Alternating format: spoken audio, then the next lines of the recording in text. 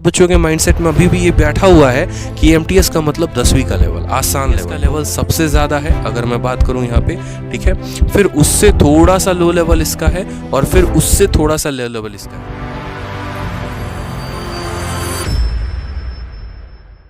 यहाँ पूछते हैं कि सर पेपर इतना ज़्यादा कैलकुलेटिव क्यों है, पेपर इतना ज़्यादा क्वेश्चन क्यों आ रहे हैं, इतना ज़्यादा एमटीएस के पेपर टफ क्यों आ रहे हैं। तो एक छोटी सी बात मेरी समझना, मैं आपको रीज़न बताता हूँ।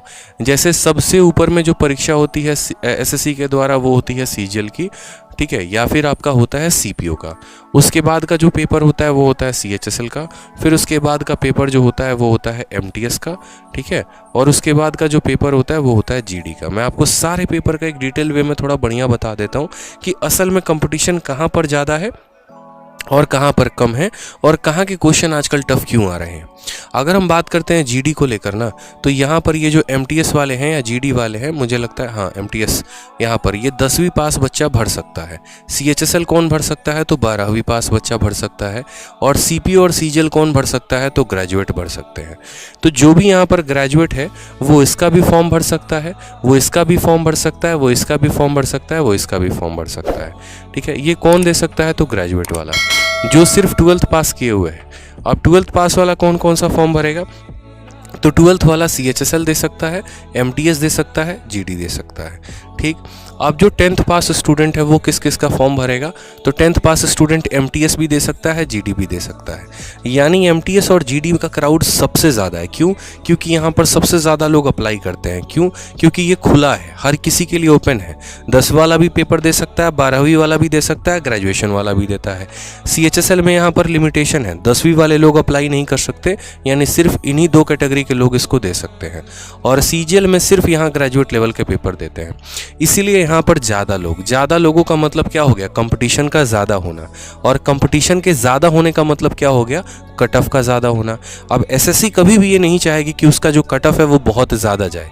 तो जब वो नहीं चाहेगी, देखो जितना ज़्यादा लोग यानी पर्सन जितने ज़्यादा उतना ज़्यादा कट ऑफ। और यहाँ पर कट ऑफ ज़्यादा जाने से क्या होता है, बवंडर होता है और कुछ नहीं होता। ट्विटर पर कैंपेन होते हैं, अलग अलग जगह पर कैंपेन होते हैं।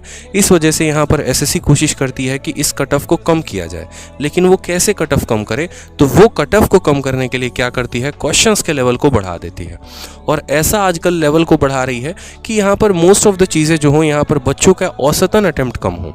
यानी अगर आप देखेंगे कि एमटीएस का जब पेपर होता है तो 70 नंबर लाना, 75 नंबर लाना भी अपने आप में बड़ी बात हो जाती है, ठीक है। पर जब आप तैयारी करते हैं तो सभी चीज़ों को थोड़ा नाप तोल करके देखा करिए यहाँ पर, ठीक है, कि कंपटीशन कितना है, पेपर का लेवल क्या है। क्योंकि बहुत बच्चों के माइंडसेट में अभी भी ये बैठा हुआ है कि एमटीएस का मतलब 10वीं का लेवल, आसान लेवल, बहुआ लेवल। नहीं मेरे भाई, उस चीज़ से बाहर निकल जाओ, उस चीज़ से बाहर आने की ज़रूरत है आपका। अगर देखोगे ना, तो अब कहानी मैं लेवल की बता दूं तो एमटीएस का लेवल सबसे ज़्यादा है अगर मैं बात करूं यहाँ पे, ठीक है।